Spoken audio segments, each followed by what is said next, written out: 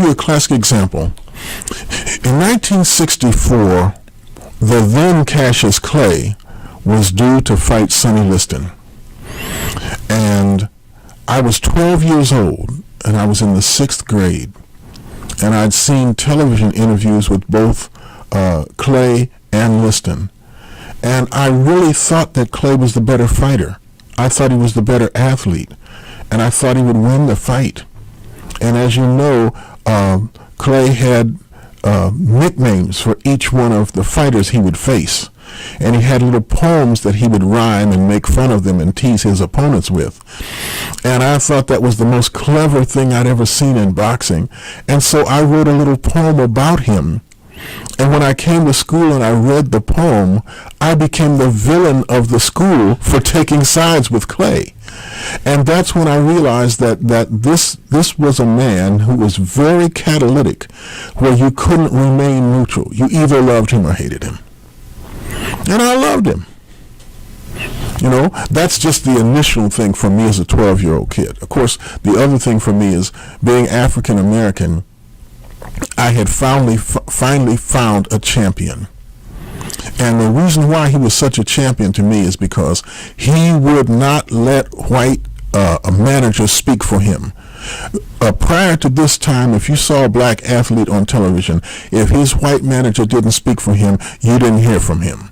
And the athletes were seen but never interviewed and never talked to as if they were real live human beings.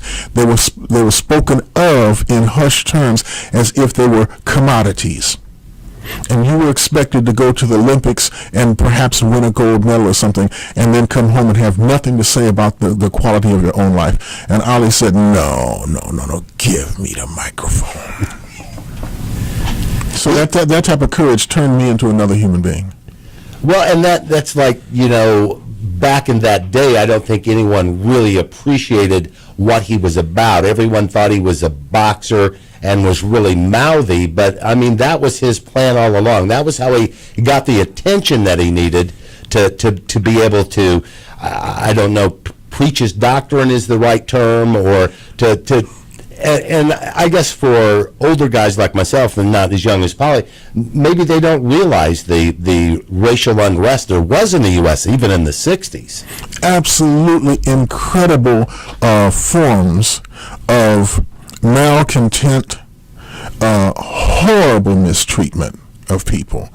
As you know, there was a thought of some time ago of, when it came to voting purposes, counting an African American as 3/5 of a vote. Now, can you imagine the hypocrisy of that? And yet you have a country that's talking about, oh, we're the greatest nation on the face of the earth, and our nation is going around the world telling every other nation about their various human rights violations. Here's a couple of things that people don't know about Muhammad Ali. Ali was glad to go to the Olympics, and he was proud. He could not have been prouder to represent the United States of America. In 1960, he won the gold medal as a light heavyweight boxer. And you would only box 3 rounds in the Olympics. And none of his opponents could even make it to 3 rounds, let alone 15 in professional boxing. They couldn't last 3 rounds with him. He stopped every opponent. And the ones he didn't knock out, the referee stopped because he was beating him so bad. Yeah. And when he came back to the United States, and then while he was over there, they interviewed him. They asked him, they said, how do you feel about representing a country where there's certain times that a black man cannot stay at a certain hotel or can't eat at a certain restaurant? He said, the United States of America is still the greatest nation on the face of the earth, and we have experts working on that. He stood up for the USA. And I'll tell you what eventually wounded him almost to an unprecedented degree. When he came back from the Olympics, you know, he's from Louisville, Kentucky. Right. There was a group of 11 white businessmen who said they were going to put up the money and sponsor his career. And they were going to meet him to sign the papers at a certain restaurant. And he went to the restaurant, and the maitre d' wouldn't let him into the restaurant to sign the papers. Wow. He said, and they said, no, I'm sorry, you can't come in. He said, there's 11 men in there sitting there waiting for me. If I don't come in there, my career doesn't take off. I'm just doing what they're telling me to do. And that's when he went out to the bridge over top of the Ohio River and took his gold medal and threw it in the river. And you couldn't be as angry as he was unless you had been let down as deeply as he was. And the one thing I got from Ali that I cherish is his absolute hatred for racism. And he said this, he said, I do not accept it. Both him and Jim Brown. He said, I do not accept second-class citizenship. If hell freezes over, I will not accept second-class citizenship. I just went and represented this nation, and I beat every foe that you put up against me easily. When can I come home and be treated like a man instead of a commodity or an animal? Let me say it like this. If you think Jackie Robinson was great, Muhammad Ali was Jackie Robinson on a turbocharger. Yeah. Well, and the only athlete of all athletes known worldwide, not just in the U.S., but anywhere he went, people knew who he was. Let me give you a couple of thoughts on that. Muhammad Ali's acts of kindness are known all over the world. There was a reporter from the Washington Post who was captured and taken captive in Iran. And Iran is basically a Muslim country. Ali believed the man to be innocent. So he released a statement that said, I believe this man is innocent and he should be released. People in Iran heard about that, and pressure eventually mounted, and they released the man. Okay? He was traveling through India, and he was giving some lectures and things, and he locked eyes on a young man that was sitting in the crowd, about 18, 19 years old.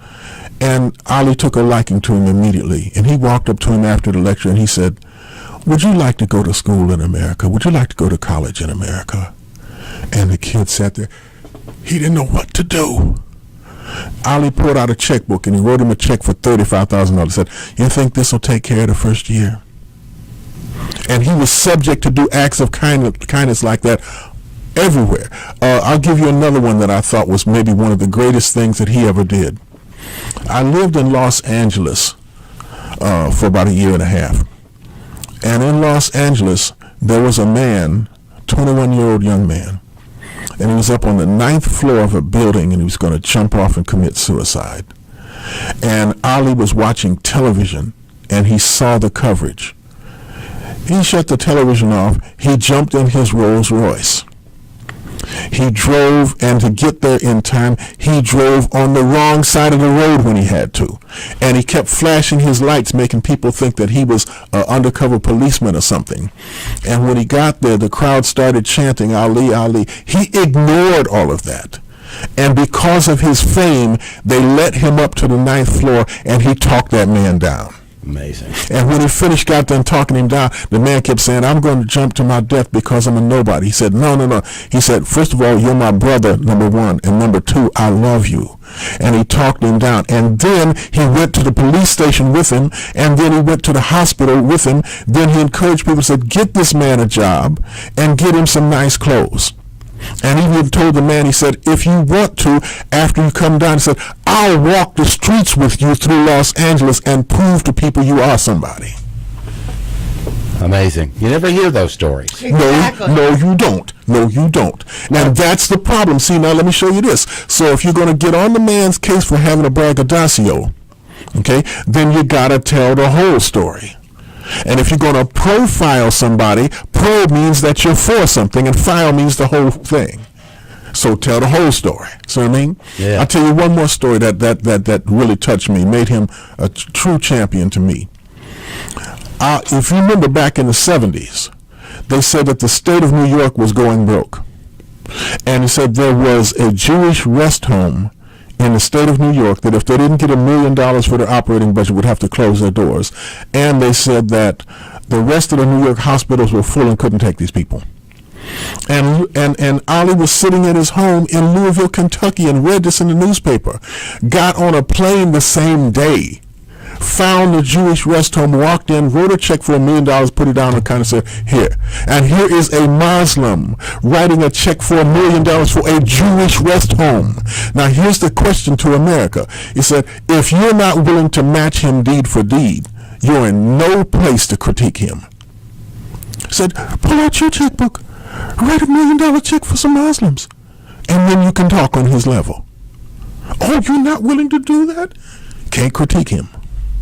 So then, did you get to spend a day with him? Yes. What was that like? Well, let me say it like this. If you believe in destiny, if you believe in fate, if you hunger and thirst for something that's right and good, that's what was happening to me as a young man. And I believed then, as I do now, that there was another realm that existed. And I'll come back and talk about that a little later. But Ali had all the qualities of someone from that realm. And I said, during my lifetime, I have to meet this man. So I'd followed his career ever since I was 12 years old. I picked up a newspaper, and it said he would be training for his next fight. And it said, at his training camp in Deer Lake, Pennsylvania. I went and I got a map and I looked up Deer Lake, Pennsylvania. So it's a little bitty spot. It said, yeah, if I go to Deer Lake, I know everybody there. Got to know where his training camp is. So with no other information than that, I jumped in a car that really shouldn't have been driven across town. It was a piece of junk. I drove through 4 states, and I got to Pennsylvania. And I got to Deer Lake, Pennsylvania. And I said to myself, I bet you a gas station attendant knows where it's training. I drove into the first gas station and said, where's Ali's training camp? He said, oh, it's the third driveway up here, up this mountain. And he said, and it's not marked. And I drove straight into his training camp. And here's what impressed me. There were no bars. There were no gates. There were no locks, there were no dogs, and there were no security guards. And he let me drive straight onto his private property. And I'm talking about timing. I no sooner got out of my car than he has a mosque on his campus. He came out of his mosque where he had been praying, and he sat down on the steps and he was tying on his shoes to go do his road work. And at that time, he advertised Brute aftershave. So I had gotten him some Brute products as a little gift. And he said, oh, that's very kind of you. He said, and I told him, I said, I can run 4 miles. I'll run with you if you want to. He said, no, my training is secret. He said, you can't come. He said, but go on into the camp and go to the kitchen and get yourself something to eat, and I'll be back in about an hour and a half when I finish my road work. And he let me spend overnight at his training camp. He'd never seen me before. Wow.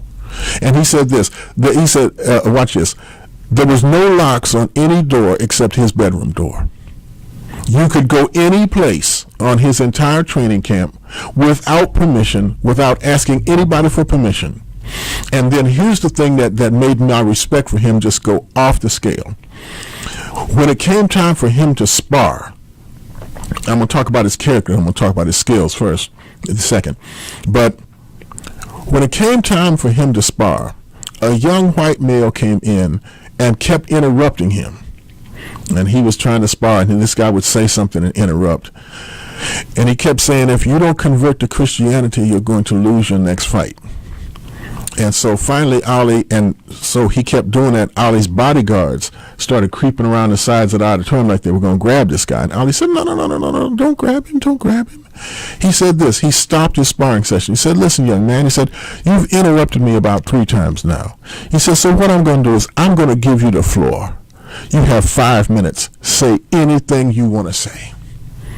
And he said what he had to say. And Ali said, now, are you through? He said, yeah.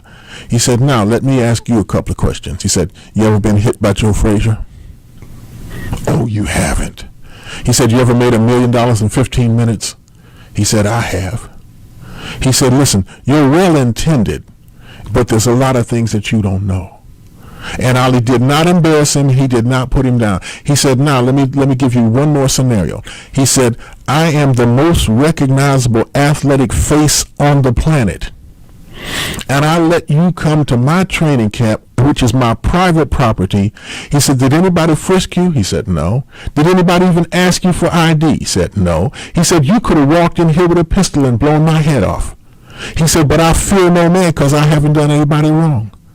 He said, and I let you come into my training camp, and then I gave you the floor in my training camp for 5 minutes to say anything you want to say. Could you do that with Jimmy Carter? Could you do that with Taylor, who was a big movie actor at that time? He said, no. He said, I'm the most recognized athletic face on the planet. I'll let you do that. My respect for him just exploded. Now, I want to tell you one other thing about his physical skills. A genius is somebody who can shoot at a target nobody else can even see and hit it. So his physical skills put him in a place to use that genius. He had incredible footwork. And many times people don't realize how important footwork is in boxing, because when you get into a heated exchange, if you can't escape, you get hit with 2 hard blows and you get weary and you start stumbling. And if you can't escape, you get hit with that 3rd, 4th, and 5th blow and you're down and out. Most of the people who ever clocked Ali with a good punch couldn't hit him a second time that hard during the rest of the entire fight. So Ali could backpedal faster than most people could come forward. Yeah. You know what I'm saying? Then the thing they tell you to do in boxing, never do this. They said, never go straight back with your chin up in the air. You hear Teddy Atlas, he'll tell you that all the time. Never go straight back with your chin up in the air. If you're going to go backwards at angles like this. So Ali would go backwards at angles, and the thing is, the guy would lunge after him. And what happens is when you lunge, you lean forward. And when you lean forward, you also stick your head out, and then Ali clocks you. He gets you to chase him, and you leaning forward, throwing punches and missing with your chin sticking out, and then he whacks you, and he could hit people harder going backwards than most of them could coming forward. And if you don't believe me, go and look at the film of the second fight with Sonny Liston.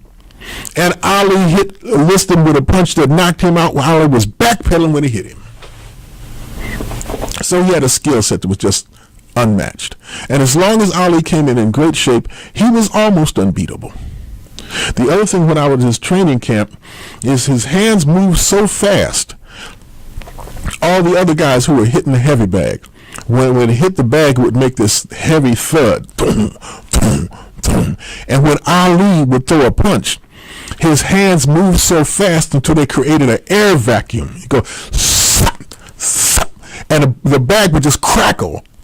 It would echo throughout the gym. You know what I'm saying? And I said, oh man, it's a difference between hit with a basketball, boom, and a baseball going 95 miles an hour. And that's why when he punched people, the most of them got cut so bad. Because it isn't power, it's speed. And he knew that speed was power. Well, that was the thing. He was a heavyweight with the speed of a middleweight. Yeah. He was, excuse me, he was just a phenomenal, and his size, power, and speed all in one. He was just an amazing athlete. Yes, and one of the other things that he found out was this. When he was supposed to fight George Foreman in Zaire, Africa, he said, I fought Sonny Liston. And Sonny Liston was big and strong and mean and could really hit. He said, but George Foreman is bigger and stronger and meaner than Sonny Liston. He said, so I can't afford to go down. So he said, something that he learned from Sugar Ray Robinson. He said, there are tiny muscles on the sides of your feet that help govern your balance. And he said, but because if you do your jogging, your foot hits the ground so fast and comes back up, you don't exercise those muscles. He said, those muscles can only be exercised by walking. Your foot has to hit the ground slower and then govern your equilibrium as your foot stays on the ground. So you have to walk slower in order to do that. So after he would finish his normal training, he would go out and walk 2 or 3 miles every night in his training to fight George Foreman. And he knew all kinds of little secrets like that. I'm going to tell you something else about him. He has huge eyes. And his eyes are not dark brown. Most African American people have dark brown eyes just like mine. But his eyes are kind of a hazel green. And he can go extremely long periods without blinking. And what will happen is this, is if you look at a snake almost hypnotizes its prey. And the reason why is because I saw a snake do this to a chipmunk. The snake was in between the tree and the water. And the snake crawled up, and then he got in position and he froze. And the chipmunk saw him, but he came down the tree anyhow. But because the snake froze, his camouflage was so perfect that the chipmunk said, "Oh, there couldn't be anything living there. There's nothing moving." And the snake raised up like this, and the chipmunk saw his eyes. And I said, "Surely the chipmunk will run." But what happens is he locks eyes on you. And then once the chipmunk kept looking him in the eyes. And if you look him in the eyes like this, the snake's body was moving toward him like this, and he couldn't see his body moving, Carl. All he could see was his eyes. Until he standing right there and the snake chomped him. That's what Ali does. And he starts with the stare down. He looks you dead in the eyes without blinking. Then he'll fasten his eyes on you like this for a long time. Boom! And you never see his hands coming. You know what I'm saying? Yeah. So, he had lots of techniques. The other thing he had going for him is this. Here's what won a lot of the judges over. Ali had this super cognizance. He knew where he was at all times in every situation. And when he was in the second fight with Joe Frazier, and everybody said, "Oh, Frazier would knock him out in 5 rounds," and he knocked him down in the first fight, he knocked him out in the second fight, and they were in about the 3rd round. And Frazier lunged at Ali and missed him. And Ali popped him with 2 jabs in the right hand, grabbed Joe and pulled him in and tied him up, leaned his back up against the ropes, and he knew exactly he was in front of the judging table, winked over at the judges and winked. He said, "Who do you think's winning this fight?" I'll tell you something else that he was good at. He was good at playing things off. He was somewhat the magician, but he was also the survivor. He was fighting Henry Cooper in London, and the first 5 rounds he was beating Cooper easily, but he was toying with him. He wouldn't go ahead and get him out of it. He was just embarrassing the man. He could hit Cooper with a jab anytime he wanted to, but Ali has always been susceptible to a left hook, and the reason why is because Ali carries his right hand too low. And you got to have your right hand up in order to block a left hook. And sometimes you will hear a trainer, if he thinks his man is going to get hit with a left hook, he'll say, "Answer the phone." So if you hold your right hand, if you hold your right hand up like that, that's to block that left hook. So Ali came out in the next round. He was kind of whipping on Cooper and dancing around and showing off. And Cooper uncorked this wicked left hook. And he hit Ali so hard until he knocked him backwards. And he fell and he slid across the ring until his head was hanging out from under the bottom rope. And he knocked him loony. And he, basically, Ali was saved by the bell. It was right at the end of the round. And they asked him about it later, and they said, "What did you feel when Cooper hit you with that?" He said, "Oh, Liz Taylor was sitting in the front row. I did that just so I could look up her skirt." He said, "No, you didn't. Cooper knocked you silly." Well, thanks for coming in and sharing all those stories. We really appreciate it, and can't wait to share them with the rest of the world. Yes, and I will tell you this. What Ali also did for me was this, he said, "I'm going to stare racism down. It's got to stop." He said, "But I'm a larger human being than that." He always used his fame for good. And he never stopped doing acts of kindness. And he said, one of his final statements, which I thought was one of the greatest statements he could ever make, finally, after he had won the American public over, and of course, when he lit the Olympic torch, people burst into tears, and I was one of them. I was sitting in my living room with my son, and he said, "Look, Dad, it's Muhammad Ali." And by this time, he was shaking with the Parkinson's disease. And he lit the torch. And I told my son, I said, "I want you to wait here for just a minute." I went out to the garage, and I digged through my papers, and I found a fan letter that Ali had written back to me. And I showed that to my son. And my son's respect for me went up from that point. So he was always doing good. The greatest statement I think he made is this. He said, "I wish everyone would love each other as much as they love me."